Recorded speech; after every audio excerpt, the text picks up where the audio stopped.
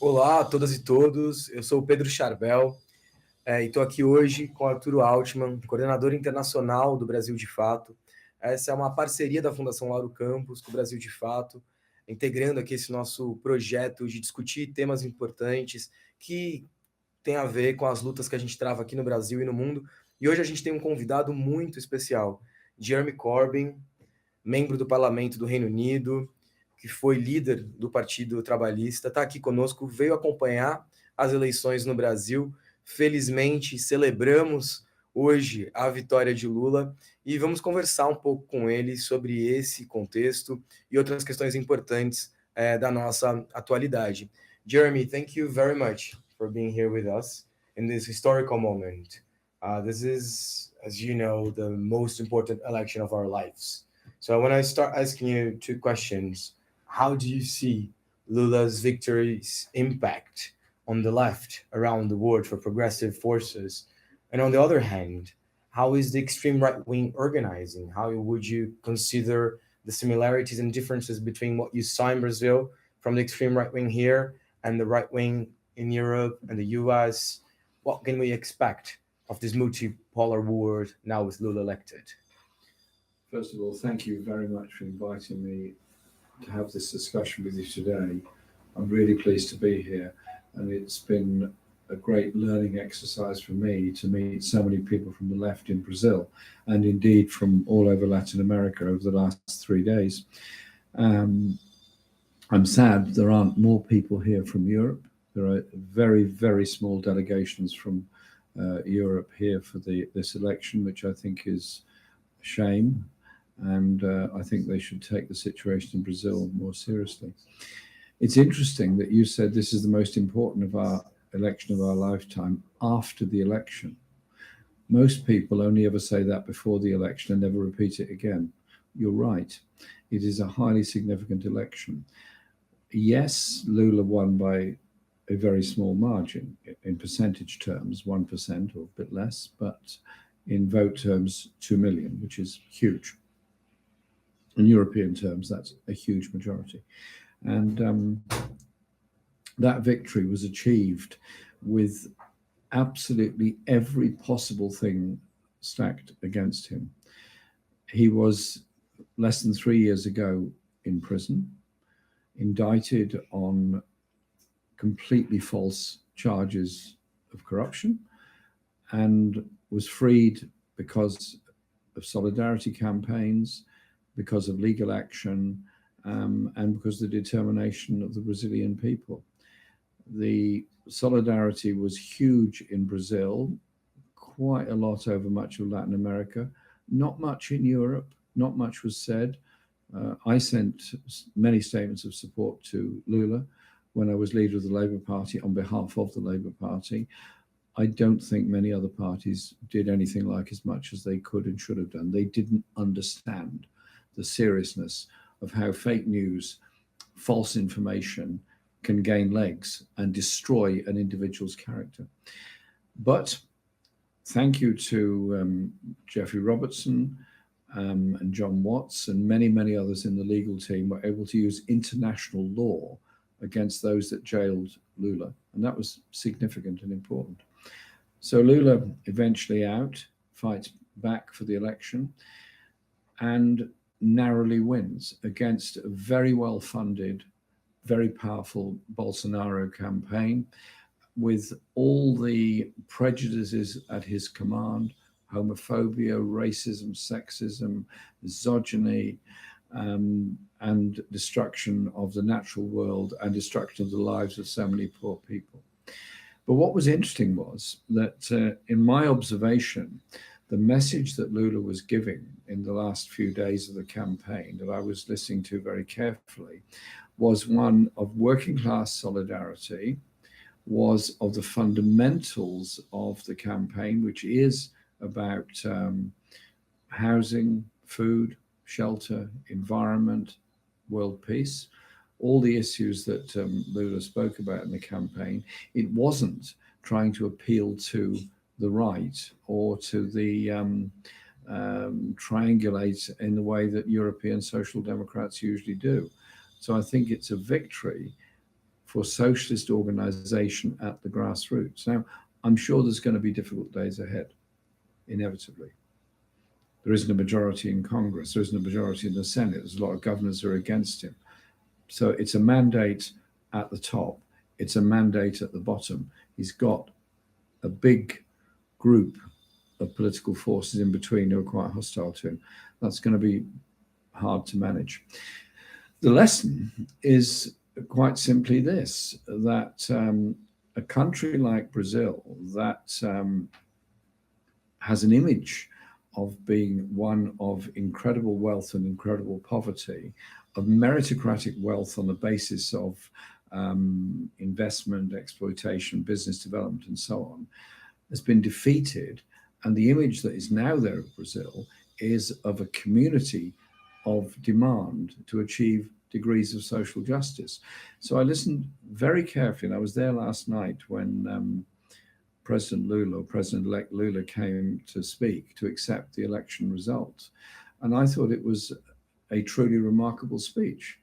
And some of the lines in it were very powerful when he said, Brazil produces much food for the world. It does, soya and so much else.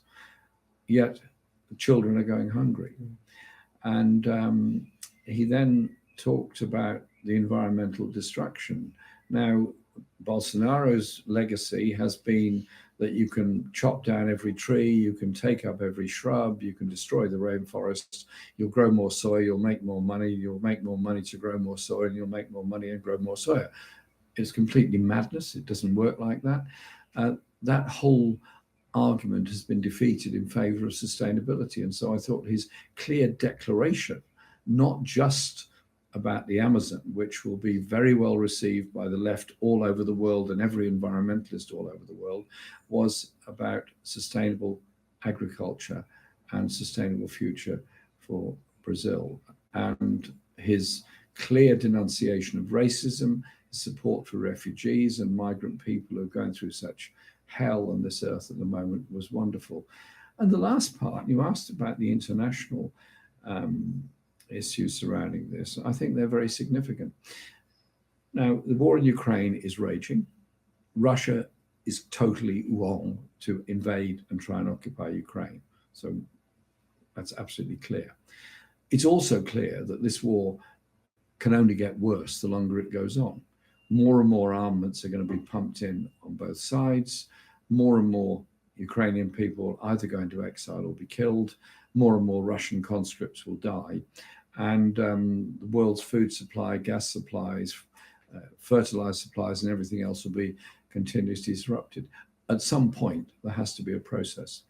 And I thought Lula's remarks, without making any commitment, that Brazil did not wish to be part of a Cold War and would work with the USA, with Russia, with China, with India, with the rest of the world to try and reduce tensions and not to descend into another Cold War. A major leader in a huge and very important country saying that is of huge significance. And I hope that President Lula is able to work so well with other Latin American leaders, with AMLO, with Boric, with Petro, to try and create that greater sense of Latin American unity, but also an economic unity, which is about internal development and growth in Latin America, rather than the model, which is a colonial model of an exploitative, extractive economies, which every country in Latin America has at the present time. So I think this is a moment of enormous satisfaction and joy, and it's been to me an unbelievable pleasure to be here with Progressive International, meeting good people like yourselves and learning so much from this visit. I go home a much better informed and educated person. I first came to Sao Paulo, by the way, when I was 19 years old. Oh. And quite a lot changed since then. Well, when I was 19 in Sao Paulo, how should I put it? The football was great. I went to football matches and I loved it. The music was great and I loved it. However, the police were not nice. And it was a military dictatorship at that time. And I probably unwisely, because when you're 19, you're not very wise, joined in every demonstration I saw.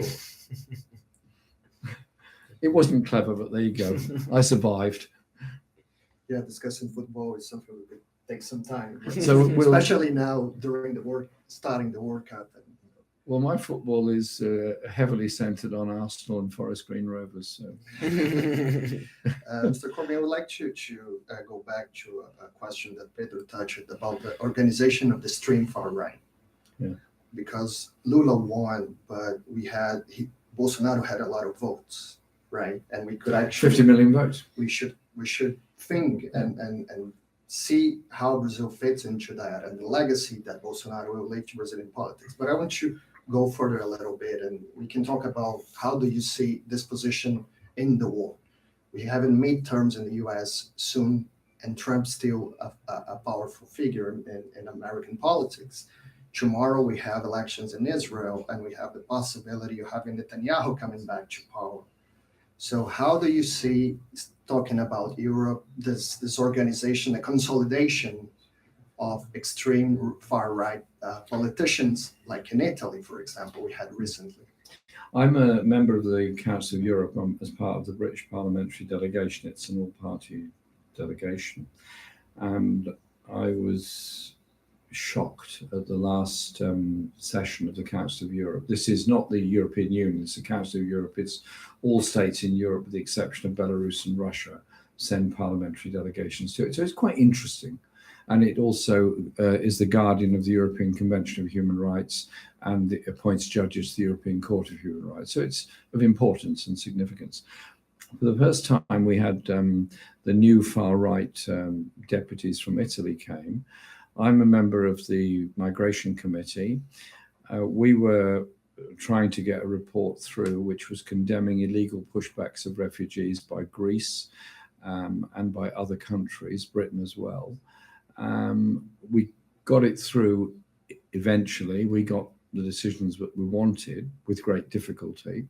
But we saw what is happening politically now represented there, of the rise of the far right in Italy and in Hungary in particular, but also the growth of the racist right in Scandinavia, in the Netherlands, Germany, and Britain.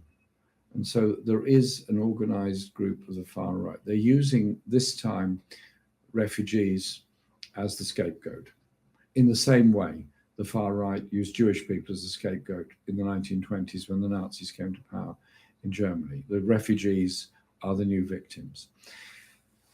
The left parties have, I'm being generous here, a mixed record on this.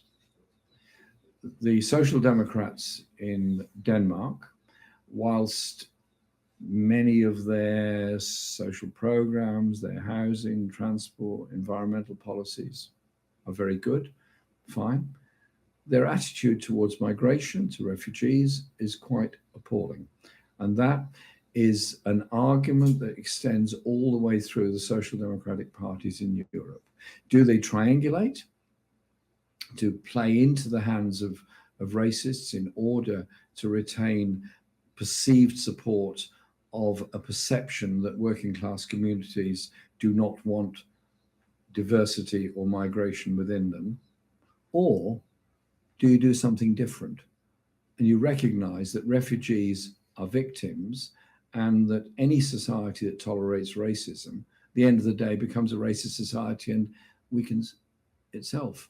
And so in Britain, the movement against the government's new austerity policy and economic strategy of redistribution of wealth to the wealthiest is being strongly opposed. But the opposition to it is not just economic, it's political, it's by trade unions, it's by social movements, very like the coalition that put Lula into the presidency is a coalition of those forces. And next Saturday in London, the 5th of November, we're having a very big demonstration of the Enough is Enough campaign, the People's Assembly, all the trade unions, the rail workers, postal workers, teachers, health workers, and many others who are in dispute at the present time, in unity together. anti-racist campaigns marching there as well. And 4 weeks ago, I was at the Labour Party conference in Liverpool, and there's been a strike at the Liverpool docks. I went to address a rally of striking dock workers. I was personally very well received by them. And when I called for solidarity with refugees and migrant people, I was supported. I was supported by striking dock workers and seafarers because they see something of themselves in all of this. And it's that unity we've got to develop. If the left, in its broadest sense, thinks you can appease racism, appease the far right, give them space in order that somehow or other you can triangulate and win through, you don't.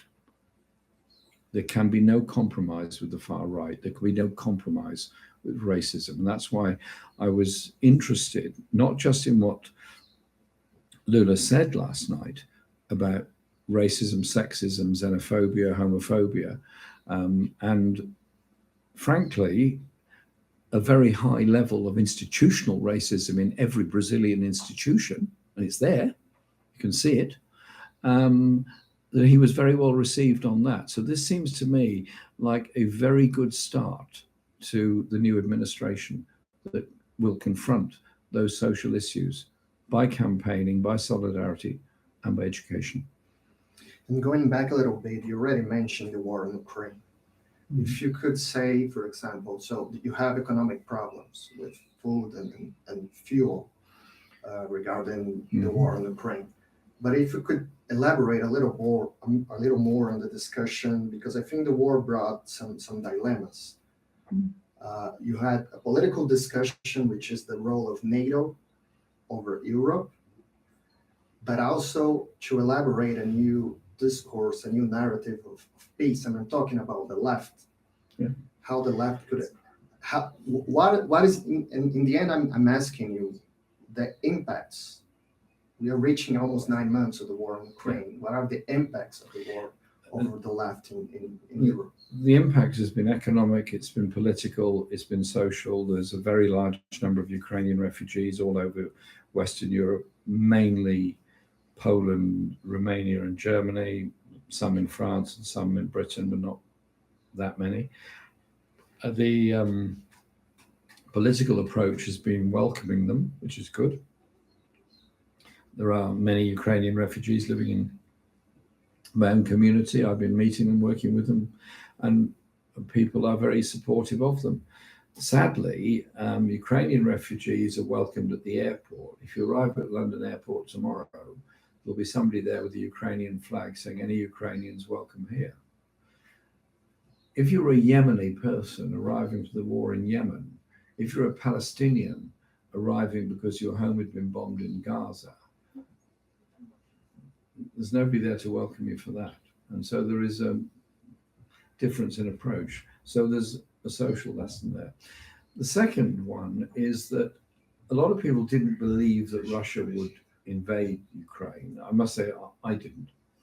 I assumed that this massive military exercise on the border was just some kind of virility symbol by Putin and the others, that they could do a bit of parading around and show how big and strong they were. And so when they then went in to occupy Donetsk and Luhansk, not very surprising. There's been a terrible fighting going on there for 5 years now. But then when it went further than that, there was a kind of shock and horror about it. And just repeat, I think Russia is completely wrong. And Russia could and should have come to an accommodation with Ukraine. But where was the UN when the invasion took place? Wasn't that the time for Antonio Guterres to go immediately to Moscow and to Kiev? Wasn't it that's the time to say, look, hang on, we've got to come to some deal here? And I think the argument for the left has to be that we've got to look for peace. Otherwise, what are we going to do? Just pump weapons into a war, which inevitably at some point will go beyond Ukraine. NATO is not a member of Ukraine. Sorry, Ukraine is not a member of NATO at the moment, has applied for membership, and I'm sure it would be granted. that means you've got a NATO-Russia border, as you have a NATO-Russia border in the Baltic states as well, Estonia, Latvia, and Lithuania. That is very dangerous. If the West builds up arms and weapons on the borders of Russia, then the military and the arms industry in Russia will build up weapons and arms on the border of Russia. That's how it works in a Cold War. And the development of the Cold War against China by the AUKUS Pact, the Australia-UK-US Pact, which is a nuclear pact as well, will increase tensions with China, who will then spend more on arms. So at a time when the world is trying to get out of the pandemic, when it's got an environmental disaster on its hands, when it's got an inequality disaster on its hands, got a poverty disaster on its hand, Britain is proposed to spend 3% of GDP on weapons. In other words, a 50% increase in arms expenditure in a country that desperately needs to do something about levels of poverty. So I think the left argument has to be, Russia is wrong. The US was wrong to invade Afghanistan and Iraq. One country should not invade another and certainly shouldn't occupy another. And so it has to be somebody else trying to bring about a peace process. And I hope that with the mandate and the experience he has, President Lula in the BRICS coalition, which is a politically very odd coalition, but nevertheless it's there, it's an alternative structure, maybe his presence and that of AMLO and others from Latin America will be able to start some kind of process. I hope so. Jeremy, I want to go back to what you were mentioning about the new challenges on organizing workers. You mentioned how migrants and refugees are often put, sometimes the left isn't that people can relate to these causes, and they're put in some sort of antagonism among workers. But we are also seeing a change of the type of workers. Yeah. So informal workers, Uber workers, the whole more precarious labor situation around the world. That's a global process. We've been facing challenges to organize among those workers and get them engaged. And many of them have supported even Bolsonaro and are supporting other right-wing initiatives. How do you see that in the UK and internationally speaking? And what could be the path for the left to understand that we no longer can rely only on unions and organized traditional social movements, but we need to perhaps rebuild our strategies going more territorial, grassroots, to get to these people and dispute their hearts and minds? We have a situation where technology, economic imperatives, and wealth creation have changed enormously into, in many cases, a virtual economy, a gig economy, a service economy, and the biggest growth in the jobs is actually in service areas rather than in manufacturing. Trade unions are usually, not always, but usually organized around industrial structures that barely exist anymore. And union membership, generally speaking, is older rather than younger. And young workers in the gig economy and service economy don't see a union at their doorstep, don't relate to a union because they don't know what it is. They haven't grown up with that culture and that tradition. And so the left has to recognize that, one, unions have got to change, and very fast, and got to take into membership people who are self-employed, people who are individually employed, people that are employed in platform companies that maybe only have 6 or 8 people in a particular location, and bring them into union membership. But have a community-based membership where it's membership for life rather than for your job. And the PT at its best was that, actually, at its very best when its foundation. I'm thinking back to Porto Alegre times and so on. I think it's that model that we have to look at. Now, in Britain, union membership, it has gone up and is continuing to rise, mainly in the service sector. But interestingly, in the gig economy, which is essentially delivery riders and others, but there are other groups as well, it's often the new unions like United Voices of the World, International Workers of the World, that are getting the members, not necessarily the older, more structured unions, although they're now waking up to the fact they've got to expand their activities and their membership. And so we're going through a period of union growth in Britain.